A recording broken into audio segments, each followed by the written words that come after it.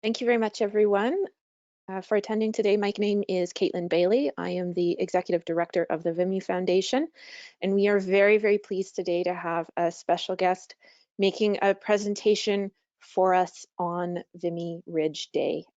Before I introduce her, I just want to make a little housekeeping note. There will be a question period during the webinar at the end. However, you can submit your questions in the question box on the menu on the side. We'll be collecting them throughout the webinar, and we will be answering them at the end. So today we have joining us Carla-Jean Stokes. Carla is going to be presenting a legacy in images, Ivor Castle's photographs of Vimy Ridge. So take it away, Carla. All right, hi everyone. Thanks so much for joining us. It's morning here in British Columbia, Canada. It's 9:01 a.m. I think it's noon in Ontario and Quebec, and around 5 o'clock in the UK. So I'm drinking tea. I hope everyone else is drinking something a little bit stronger than tea. So yeah, thanks again for joining us for Vimy Ridge Day. As you probably know, today is the 103rd anniversary of the Battle of Vimy Ridge, a battle that's now famous in Canada for having been a victory, for having been one of the costliest battles in the history of Canadian military, and for having been the first battle in which all 4 Canadian divisions fought together. So there's a huge legacy around the Battle of Vimy Ridge. So just to talk about myself for just a moment, my research focuses specifically on the contributions of individual official First World War photographers. For my master's thesis, I examined the work of British war photographers John Warwick Brooke and Ernest Brooks, whose photograph is here, to argue essentially that there's a lot we can learn by examining the individual choices of war photographers. And more specifically, today I'll be discussing the photographs of Canadian official photographer Ivor Castle taken during the Battle of Vimy Ridge. So why is it important to know who specifically took a photograph? Photographs are the product of a photographer's choices. The camera has an ability to record events and details almost flawlessly, and that allows us to forget that the camera is still operated by a person. In reality, a photograph isn't that different from a painting because the photographer chooses what will be included and what will be left out. I think this is really beautifully articulated by photography writer Michael Mitchell when he says, "By choosing a moment in time, the photographer is rejecting all other moments." Or in the work of René Magritte, and if you've ever seen a presentation by me before, you know I always include this image, mostly because I'm a one-trick pony. It's Le Trahison des Images, in which Magritte tells us this is not a pipe. When we're looking at pictures of war, we need to know that we're not looking at war, we're looking at representations of war. Also, just as a little treat today, we're going to be looking at a lot of photographs that are scanned right from original prints. My friend Blaine, who I know is actually in this presentation right now, they belong to him. So on the left here, we have some digitized versions from Library and Archives Canada. Those are the very stark black and white ones. And then when we see the ones with the really beautiful tones, most of those belong to Blaine's private collection. So thank you, Blaine.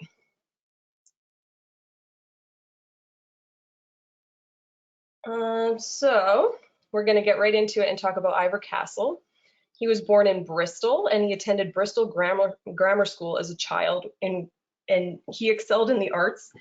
Didn't really excel in other things. I always find it hilarious that he did really poorly in his religion classes, and that's just something that delights me. It's not really clear when he first learned photography, but we do know that by the age of 20, he had a photograph on the cover of the Illustrated London News. He was running a photographic studio, and by 1904, he was hired as the Daily Mirror's first photographer. And after that, he traveled all around the world taking photographs. When the First World War was declared in 1914, photojournalists were banned from the Western Front. Military and government authorities believed that photographs were extremely convincing, and they were afraid of what that could reveal about military secrets. So the British Defence of the Realm Act and Canadian War Measures Act were both enacted in 1914, and they had wide-sweeping restrictions on certain liberties, but for our purposes, that included restrictions on picture making, even on the home front. So you couldn't take a picture or even draw a picture of a port or a ship or anything else that's going to make you look like a spy. Interestingly, soldiers were not initially banned from taking photographs. as long as they didn't send them home or to any newspapers. So for that reason, this is actually a really old statistic, but at one point, I think around 2003 or 2006, there are 25,000 private soldier photographs just at the Canadian War Museum alone. So the First World War is obviously interesting because it's the first war in which a large number of soldiers knew how to operate a camera. And this is thanks to the rise of amateur-friendly cameras produced by companies like Eastman Kodak beginning in 1888. And in this slide, we see a picture of the Vest Pocket Kodak, a compact camera that many soldiers chose to pack with them on their trip overseas. This camera is about the size of an iPhone 4 and maybe twice as thick when it's not extended. But by March of 1915, Canadian soldiers were ordered to get rid of their cameras because they were not following the rules. They were definitely sending photos home and to the press. And again, they're not following the rules because here's a photograph in 1916 of George Ormsby of Lumbee, British Columbia, which is now in the collection of the Canadian War Museum. And just a few more photographs from an album that belonged to a man named Edwin Pye that's now at Library and Archives Canada. And thank goodness that soldiers broke the rules and took their own photographs, because this gives us just such a multifaceted view of war, and it shows us what scenes were important for soldiers to capture. So I just have a few photographs to share with you here.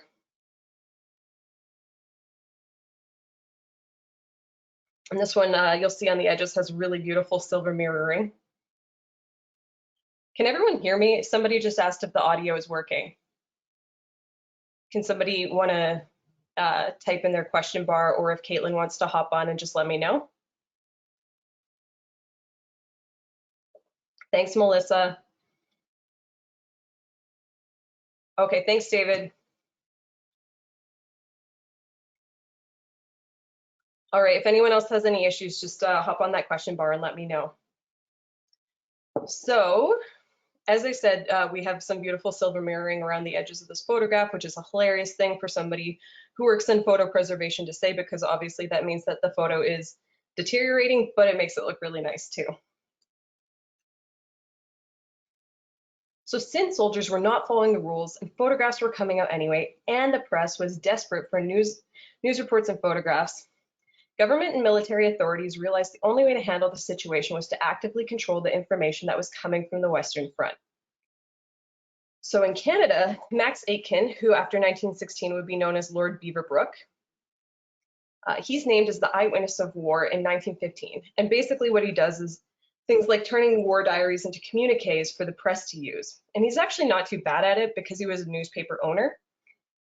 And in 1916, in January, he was given permission to collect various historical documents relating to the Canadian experience of the war and collate that together in an office called the Canadian War Records Office. And if you want to learn, I'm really glazing over this. If you want to learn more about Beaverbrook and the Canadian War Records Office, there's an article by Tim Cook at the end of this presentation that you'll want to check out.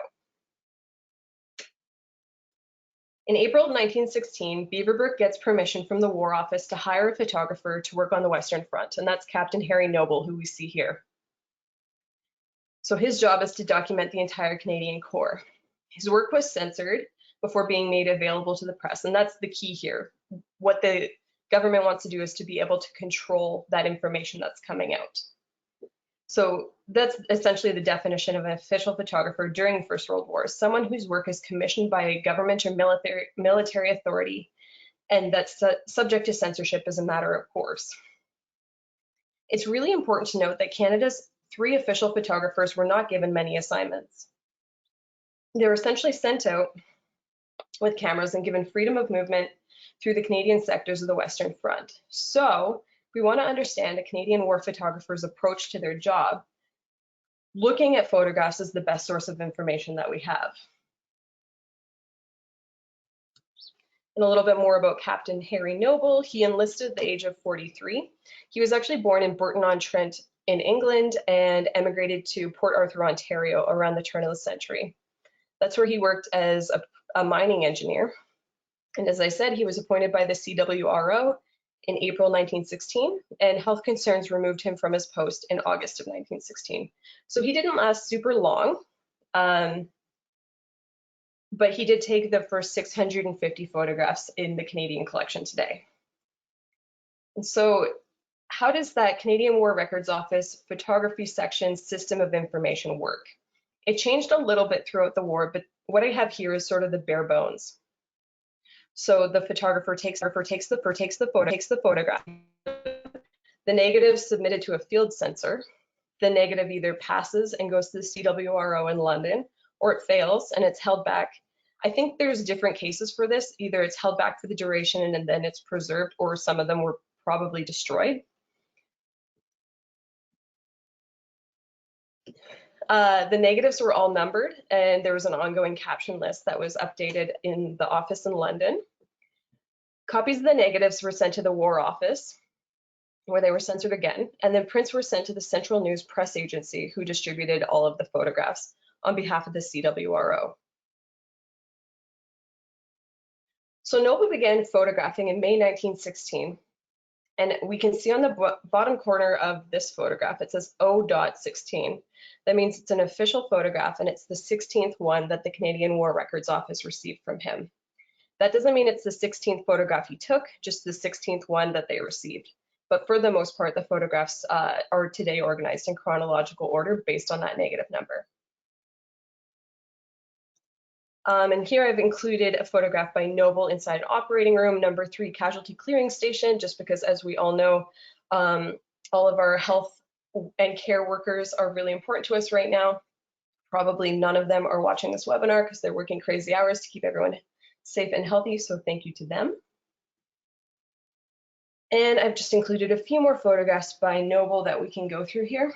In a few of the histories of war photography, Knobel's photographs are often just completely dismissed as static or safe or sanitized views of life behind the lines. In reality, obviously a lot of soldiers' lives did take place behind the lines, so in that sense they might be actually quite accurate. And they're also a really great example of the documentary style of photography that was pretty prevalent at this time. So we see a subject that's completely centered. He photographs, the way in which he photographs is rigorously frontal. There's nothing important that's been left around the edges to be cut off. This is really just characteristic of the documentary style that was popular at this time. So although we don't know how or when he first learned photography, we do know that Knobel was very proficient at what he did. And a few more photographs here that we'll just go through. And this one is one that I include in a lot of talks because, quite honestly, it's just one of my favorites. Because we're very lucky and we'll probably never know what it's like to have experienced war, and certainly nobody alive today knows what it was like to be in the First World War. I think there's a lot of really tactile objects that we see in this photograph that we can relate to.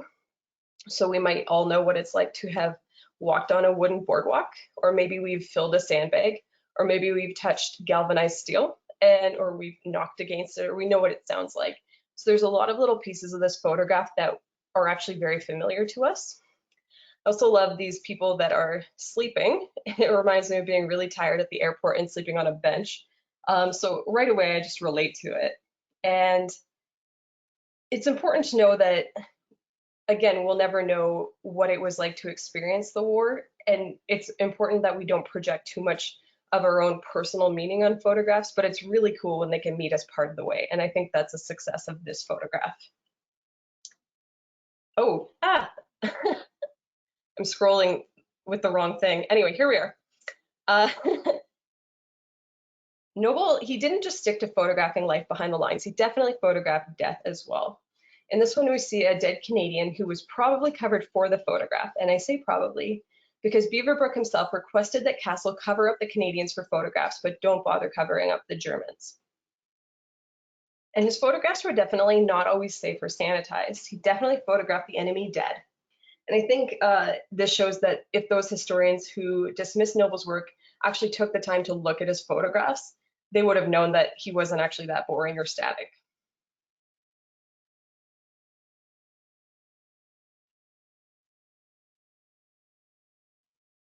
Some of Knobel's photographs were taken to give the appearance of battle-like situations, but this one, for example, was definitely taken during a training session in June 1916. And that one's called Attacking Under Smoke. And one more time, just to emphasize that Knobel's photographs weren't considered altogether safe, this is one page of the ledgers of Canadian official war photographs, showing us how many of his works just on one page were censored. When we read the titles, it looks like they were probably censored due to the location, but it does show us that a number of his photographs were considered unfit to print. Knobel and his successors, including Ivor Castle, made photographs on 4x5-inch glass plate negatives using a large format camera. I've actually been through pages and pages and pages of orders from the CWRO when they were buying supplies, and I've never found any reference to what specific cameras these three photographers were using. But we do know that from those CWRO memos that Knobel was actually allowed to pick out his own camera because nobody else in the office knew what they should buy for him. So again, this indicates, even if we don't know when or how he learned photography, he definitely knew what he was doing. This photograph is also a good example of the issues surrounding the use of glass plate negatives to photograph war, because this one is broken.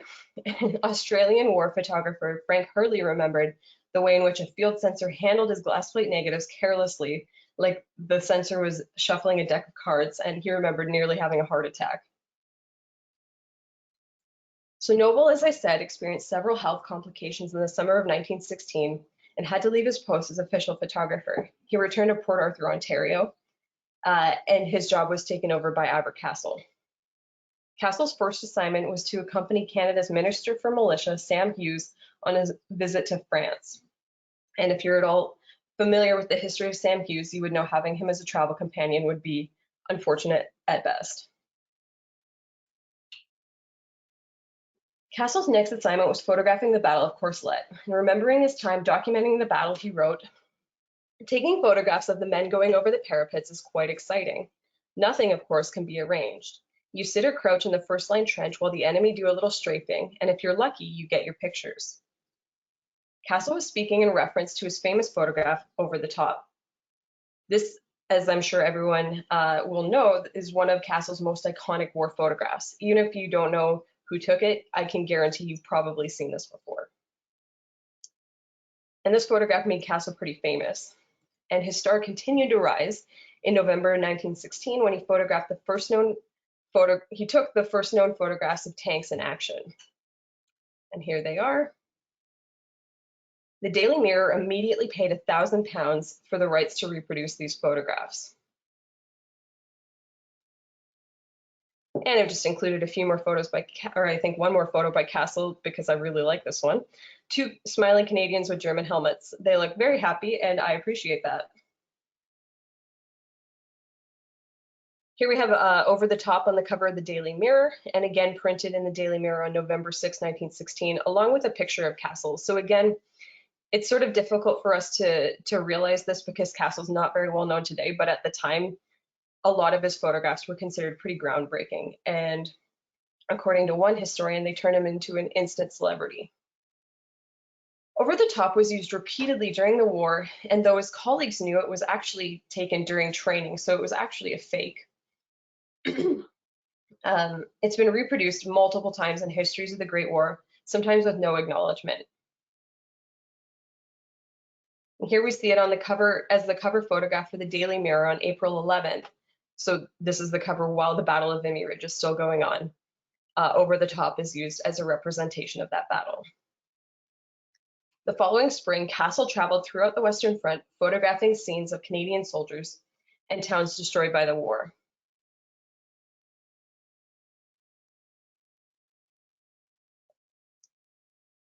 The next important event he would photograph was the Battle of Vimy Ridge in April 1917. And here we see one of, again, his most iconic photographs. It's called The Taking of Vimy Ridge. It's men of the 29th Infantry Battalion marching across no man's land. In the foreground, we have some dead bodies. And in the background, we have shells bursting. And here are our men from the 29th Infantry Battalion. And then on this side, we have no dead bodies, and the shell bursts are not there.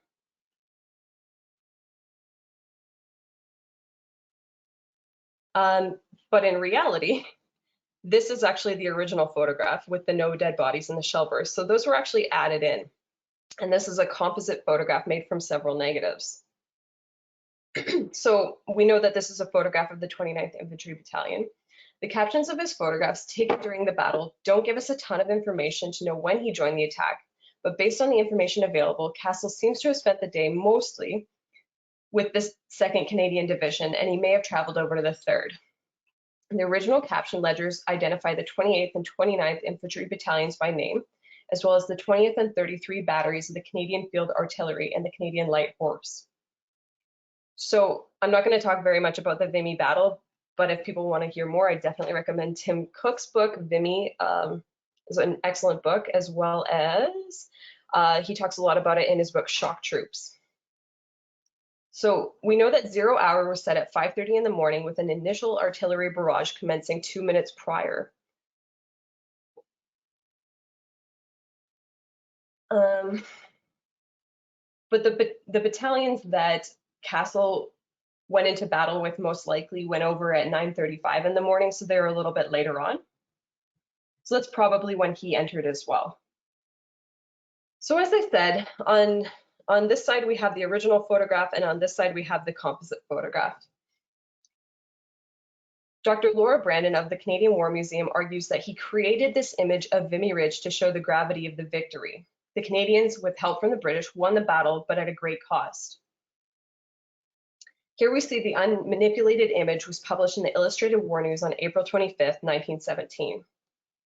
But the manipulated version was put on view at Grafton Galleries in London in July 1917. So back in 2017, for the centenary of the battle, I went through all of Castle's photographs of Vimy in order to ask the question, did he really use the image of death to portray victory at Vimy? I think that Dr. Brandon presents a really convincing argument, and I've actually cited her essay at the end of this presentation, but I wanted to open that up for further analysis and take a look at the other photographs to get a view of his approach in photographing one of Canada's most famous battles. If the taking of Vimy Ridge has endured as an iconic representation of the Battle of Vimy Ridge, what other photographs did Castle take during the battle? If Castle wasn't given assignments, we need to examine his body of work to understand his approach. And I have a fun little pie chart here for you. The majority of photographs taken by Castle during the Battle of Vimy Ridge portray soldiers and weapons. Not very surprising considering it's a war photograph. When we examine Castle's photographs, we find he also, I'm going to move on from this, but I can come back. He also stood at a 45-degree angle. So he always, not always, but he often stands from the side of his subjects at this 45-degree angle to create visual interest and a decisive vanishing point. So essentially, Castle's almost always trying to create an aesthetically pleasing scene. Here we see soldiers dug in on the battlefield. In both cases, Castle uses the lines in the ground as visual interest, and he creates these V shapes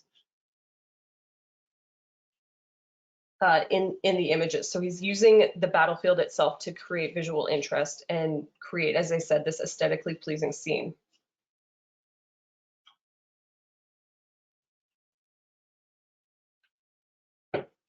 In this one, we see a really wonderful capture of the light off the back of the soldiers, as they're all, no one's paying attention to him. They're all looking in different directions. And for this is like super cheesy art talk, but to me, this one looks more like the form that they're creating is the subject of the photograph itself. This is a rare portrait-oriented photograph. It's one of, it might be the only one, might be the only one or one of two in the entire collection. And to me, the framing is completely deliberate. In this case, the soldier seems to be the only person on the planet, and he's helping this other dead German soldier. So they're alone. It looks like they're in space. There's one other person way back here who's providing us a sense of scale and distance. And now I'm just going to go through a few more photographs from the battle. Here again, we have that 45-degree angle. This one's a little different. It's taken right from the side, and I think it provides a really different aesthetic as from the other ones that have a bit more of an angle.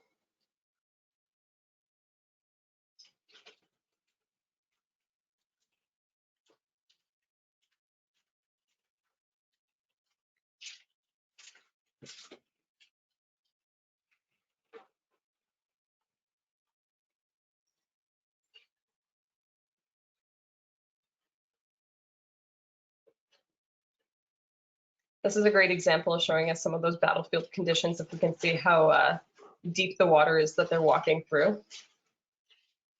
This one we probably all know is actually kind of iconic now because it's the cover of Tim Cook's book, Vimy, the Battle and the Legend. This one's a definitely different example. Castle stands directly in front of his subjects, and he makes us, the viewer, feel like we're very much participants in the scene. And if we don't get out of the way, we're actually going to be hit right away. But in the majority of photographs taken during the battle, Castle stands to the side, like I said, and captures a wide scene. There are often elements creating leading lines or visual interest, as we see with this example with the light railway. It's running diagonally through the right-hand corner to the center of the frame. So this is a lot more common than this. This means that Castle almost always valued creating an aesthetically ordered scene as opposed to making his viewers feel like they're part of the action. That's less important to him. This shows us what was important to him as a photographer.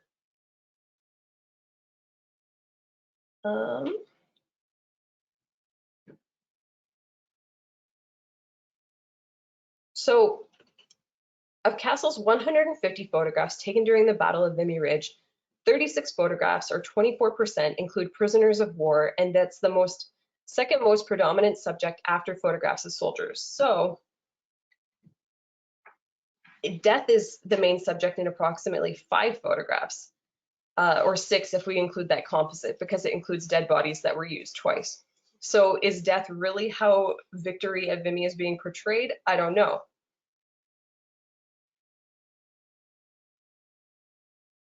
Photographs of POWs were very common. They attempted to show the supposedly humane conditions in POW camps or to show pseudo-anthropological studies of the other, showing the audiences what the enemy physically looked like and sorting them into types. And we see that with the language used here, the physiognomy of the 20th century Hun.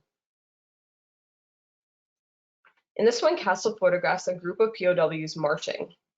And again, he stands off to the side and uses the road and the people on it as that leading line through the frame.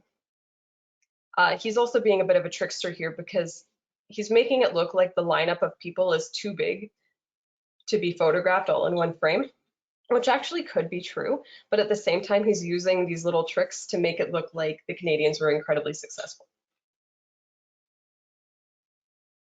Castle was also the only photographer for the Canadians and for the British who lined soldiers up into pairs and photographed them from the same position. So he created a whole photographic series of soldiers seated for portraits, POWs seated for portraits in front of this building with this door. So there's 18 photographs with 17 groups of men, and they're all sitting like this. I'll just go through them here. So we noticed that they were all wearing different outfits. They have different expressions. Some of them are looking a little happier than others. These two are hilarious. They have pipes that they're posing with. And those are the final two. So Castle was definitely not the only Commonwealth photographer to photograph prisoners. British photographer Ernest Brooks also took portraits of prisoners, but they weren't posed the same way that Castle's were. So his I've only shown one here, but this is a really common style for Ernest Brooks, the British official photographer, when he's photographing POWs. So his style is a lot different from Castle's style. We also see a somewhat similar example in the Austrian official photography collection, showing a series of groups of 3 men. And this one comes from the book Shooting Range. The POW portraits were published in the 3rd issue of the Canadian War Pictorial, but they're cropped, so the original nature of that series is unapparent. So we have just singular pictures of people, and then we have some pairs down here on the bottom. The photographs were also mounted in the same exhibition as the taking of Vimy Ridge in July 1917 at Grafton Galleries in London. Again, they're cropped, and so here we see them. They're a lot smaller and physically lower than this photograph of Corps Commander Sir Arthur Currie. And here we see them on another wall, again, smaller and lower than this photograph of a Canadian soldier chatting with a woman in France. So if soldiers marching past dead bodies is meant to show the cost of victory at Vimy, when we actually examine the collection of photographs that Castle created, we see that he took 36 photographs of POWs along with 28 photographs of German guns and gun emplacements, meaning that 64 photographs, or 42% of the collection, depict men and materiel captured during the battle. In fact, the word captured appears in 45 of the photographs' captions.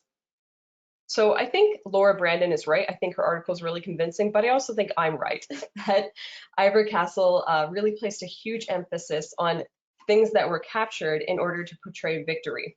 We'll notice that both this photograph as well as a predominance of photographs of POWs were shown during that exhibition.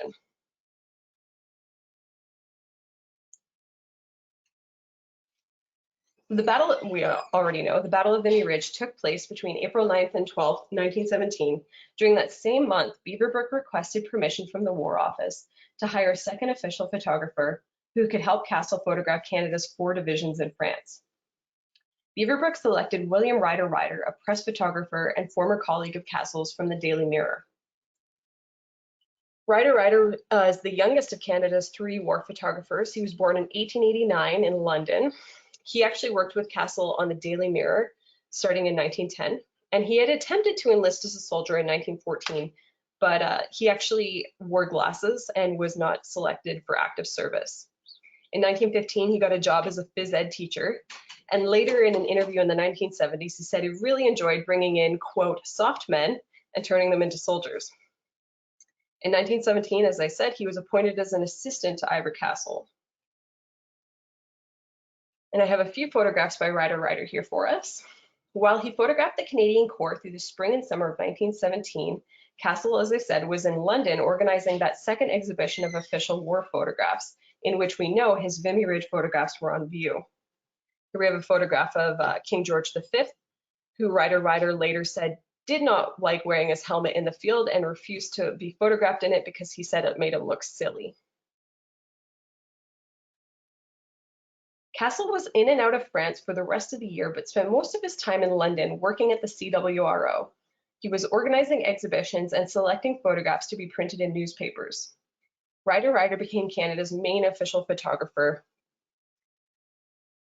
mostly by that fall. It's really hard to attribute photographs taken between July 1917 and about November 1917 because they could be by Ryder or they could be by Castle, but for the most part, historians will err on the side of attributing them to Ryder.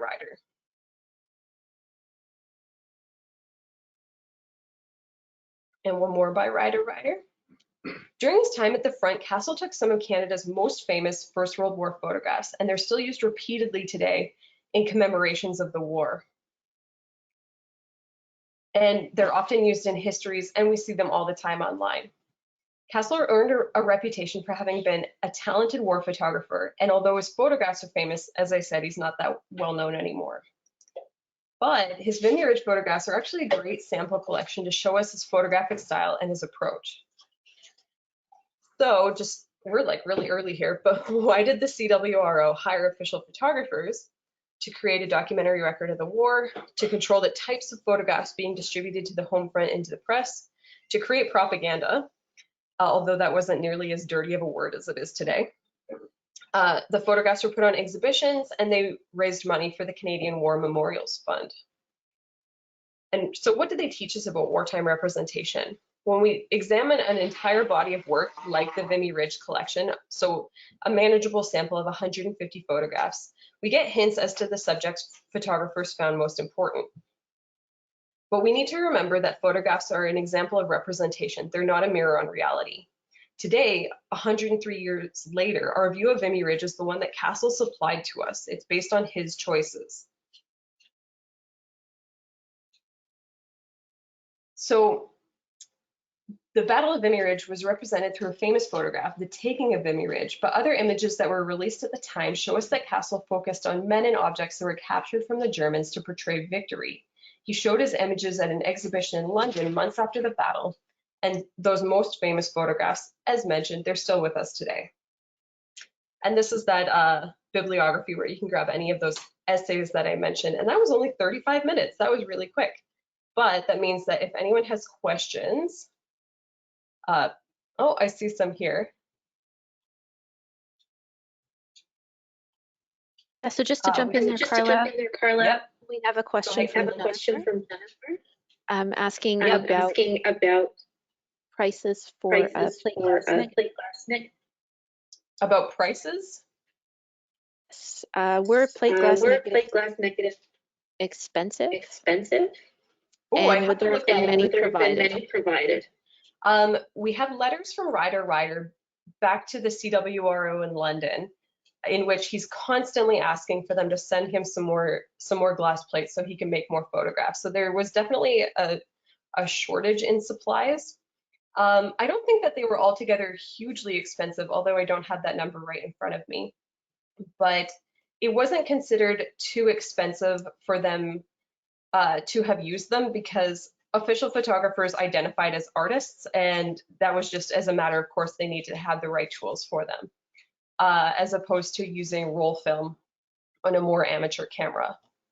So that kind of answers your question, but kind of not really. Anyway, do you have any more, Caitlin? Yes. So Andrew Poirier is asking how old Ivor Castle was when he photographed Vimy. He would have been 40 years old.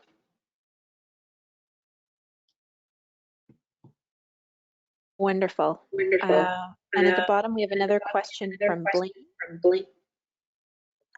Asking if the censored images have ever been found. Right. So I've gone through, I haven't done this throughout the entire ledgers, but I have sort of picked and choosed a few photographs.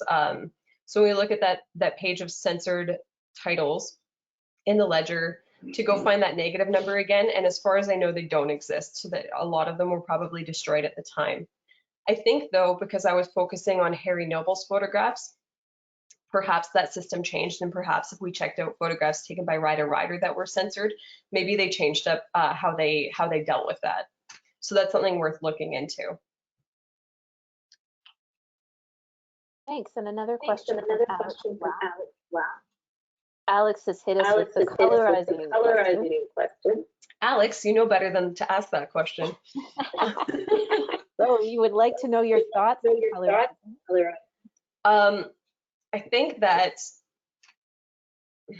how much time do we have? I'm just kidding. I think that colorizing can be really interesting, and I've certainly seen colorized photographs that really pop to me. And if anyone's interested in seeing more of that, they should check out the book They Fought in Color, which was produced by the Vimy Foundation, with photographs colorized by Mark Truelove. But I think there tends to be a lot of problems around it because a lot of people like to share colorized photographs online, and often they'll talk about who did the colorization, but they won't talk about who took the photograph. And therefore, when a photograph goes from black and white to color, I don't think that makes it alive miraculously. I think people that think black and white photographs are boring and flat are not looking at the right photographs, first of all. But I think that it takes attention away from what I'm always talking about, which is, what is the photographer, why did they take the photograph in the first place? Why did they choose to take that photograph? And we need to talk about them a little bit more, as opposed to focusing on the image, which is just, again, like on the surface of that piece of paper. So I hope that kind of answers your question. So I think it can be really problematic. There was a second part. He's interested in knowing what the best practice to follow when colorization project. Sorry, Caitlin, I can't quite hear you. Alex is interested in knowing what the best practices to follow might be if you're doing a colorization project. The best practice to follow? I think it's generally just a good thing to talk about how that photograph came to be made, and not think of it just as an image that existed just out of nowhere. So talk about that photographer's choices a little bit more. Obviously, a best practice for colorization is always to do your research in regards to whether or not your colors are accurate. and genuine. And I think that Mark Truelove, he's Canadian Color on Twitter, I think he does a really good job of that. So yeah, as long as we don't lose who the photographer was and why the photograph was taken in the colorization, I think that those are good practices. Thanks. Thanks. We've got some funny feedback on your side. Do you have another microphone? No. Okay, neither do I. Neither do I. All right, so question from Gavin. Has anyone ever tried to recreate the 1917 exhibition? They absolutely have. The National Gallery recreated the 1917 exhibition in 2014 as part of their exhibition called The Persuasive Power of Photographs. So it was the National Gallery in Ottawa. It was curated by Anne Thomas, and they did a whole room that was a recreation of that exhibition. I know they did a ton of research, and I went and visited it twice, and it was really, really cool to see. Stuart has a question as well as the photographs are online. The photographs are available online at Library and Archives Canada. You can find them. I think that we still have instructions on the Vimy Foundation website. Do you know if that's true, Caitlin? Yes, yeah, that information is still available on our website. Yeah, so if you check out the Vimy Foundation website, there's a little blurb on the history of official war photography, and there's, I think, a link there that will take you to the collection. So we have another question from Megan. She's interested in knowing Canadian war artists. Yeah. Interacted during the conflict. Sorry, can you say that again? Okay, the feedback is really bugging me. I'm sorry. So Megan, is there any evidence that war artists worked in media interact during the conflict? Sorry, here we go. I'm just going to open this up. Is there any evidence to suggest Canadian war artists working in different media ever interacted during the conflict? Different media. So like I'm guessing you're asking like a painter interacting with a photographer or something like that. If that's the case, definitely yes. William Ryder makes mention of having met different painters. We also know that there was a request sent to William Ryder to take a photograph of a certain kind of gun because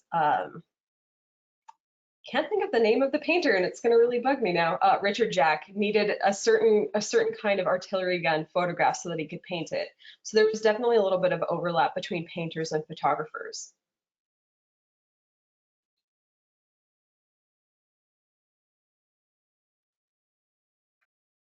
All right, I think the feedback's coming. I'm going to let you do the question. Okay, thanks, Caitlin.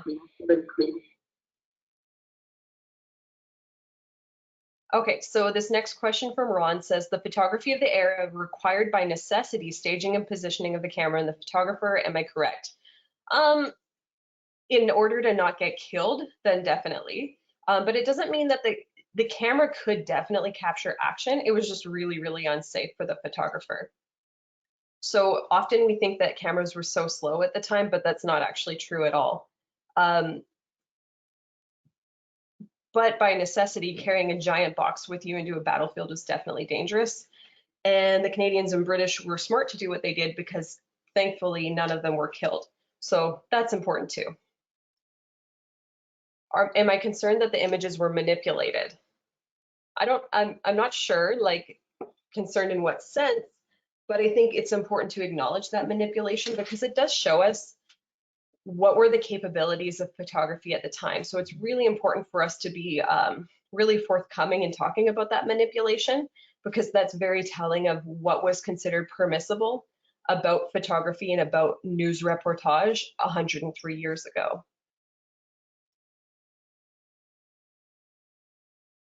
So Simon is asking, do I know if Castle made the composite image himself? I actually don't know that. I've been trying to find that out for years.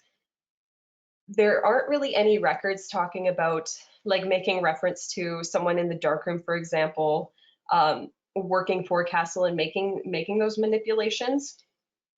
We do know that the photographs that he took, like those shell bursts, we know that he took the shell burst and he took the photograph that he put it into. So maybe he had that in mind all along.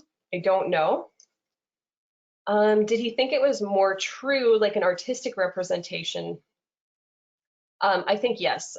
So Simon here is making reference to Frank Hurley, who's famous for having said, you can't capture the true nature of war with one photo, and that's why you need to put in several photos. I think Castle definitely would have agreed with him on that. Did the War Records Office staff see a difference between propaganda and an objective record for posterity? I think yes. So that's why we see Castle's manipulated photographs on the gallery wall and less so in the newspaper. And so they would have probably seen a difference between an artistic representation that belongs in the gallery as opposed to something that we keep for posterity. But Beaverbrook wasn't altogether concerned about manipulation the way that Charles Bean was in Australia. Bob Weeks asks us, what do we know about Ryder Ryder's unusual last name? We know that when I'm trying to find genealogical records relating to Ryder Ryder, it's incredibly painful because it's really hard. Sometimes he's referred to just as Ryder and sometimes Ryder Ryder. Sometimes it's spelled R-Y-D-E-R. So that's unfortunately all I know about it. I don't know where it comes from. Sometimes one of the Ryders is listed as a middle name. And it's just been really difficult to find out more about it because it's so weird.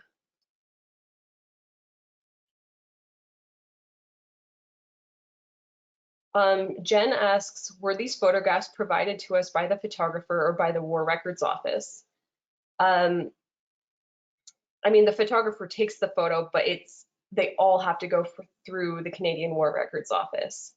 Are there instances where photographers kept copies? Not that I know of. There's no mention of that.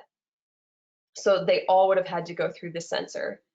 In fact, we have letters where photographers are writing back to the Canadian War Records Office asking for basically what we would call, I can't think of the word, basically like sample photographs to be sent back to them because they wanted to know kind of how things turned out.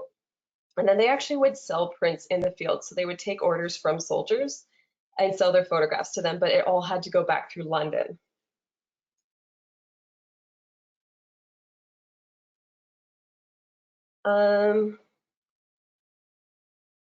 So Ron asks, reality of the battlefield or troops of the era demand that the black and white finished original be untouched. That's not true for the Canadians. I've seen sketches in late 1800 newspapers and 1900 papers. I'm not sure quite what you're getting at here, but we do know that in the 1800s, and yeah, mostly by the end of the 1800s, when a war photographer would take a picture, when it was going to be published in the news, it would actually be translated into a wood etching, it wasn't actually printed in halftone, and therefore it was actually changed quite a bit. And historian Dr. Thierry Gervais, he talks about that a lot.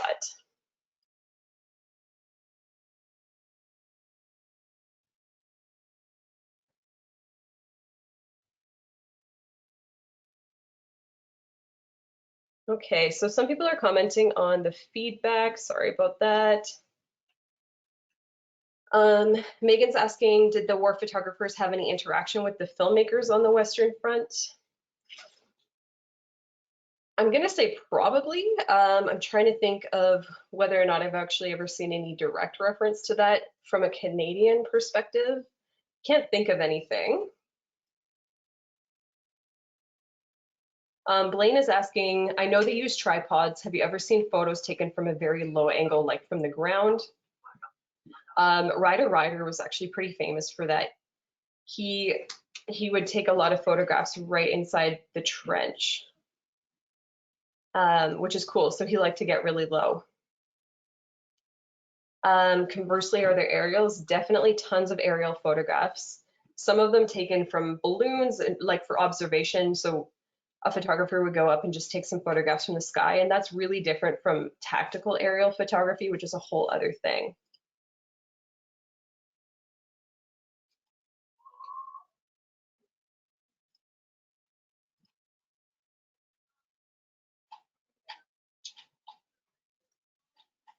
So Ian asks, you've mentioned that there are extensive official censorship was extensive. Having looked through the photos, do you see any signs or evidence of self-censorship, as in the photographer choosing to exclude something? We don't, it's impossible for us to know because we weren't there, but I think it's really reasonable to say that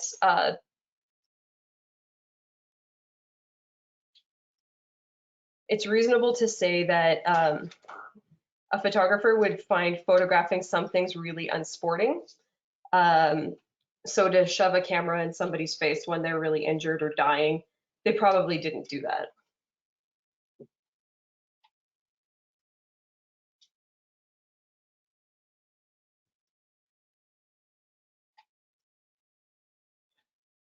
Glenn's asking where are Ivor Castle's personal papers held. His family actually owns a lot of his stuff. In terms of public things, they're mostly held at Library and Archives Canada, but there's actually not a ton out there. I'm imagining there might be some stuff at the National Archives in the UK as well.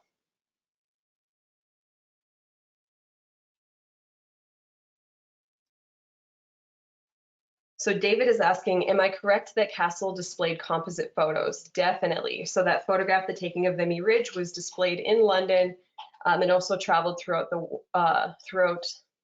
Canada and the UK during the war, and definitely it was put on display.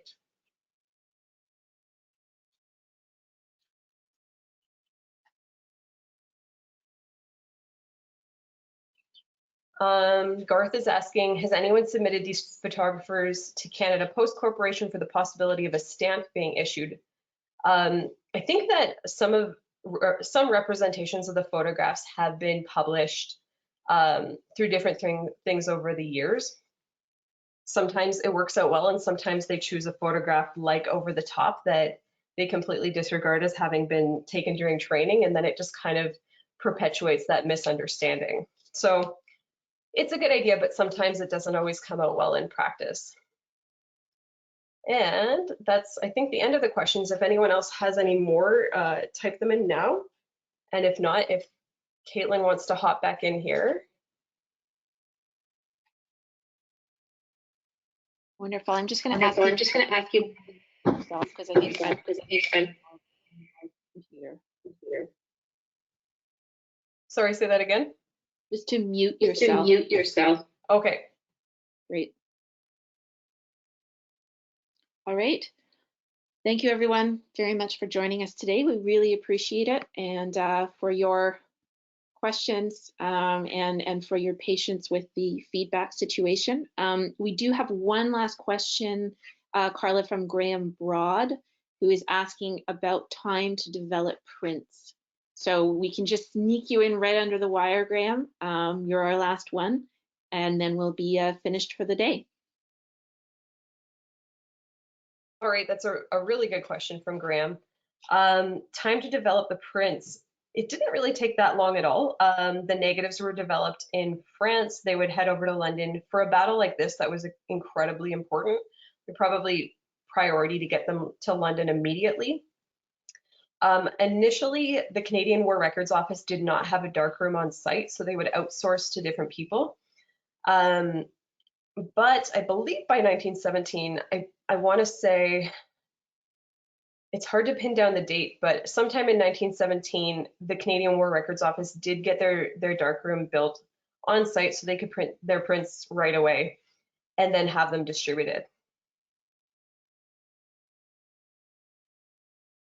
And I'm going to mute myself. Thanks, Carla. Thank you. So we are hitting our end time. So thank you again, everyone. We really appreciate it.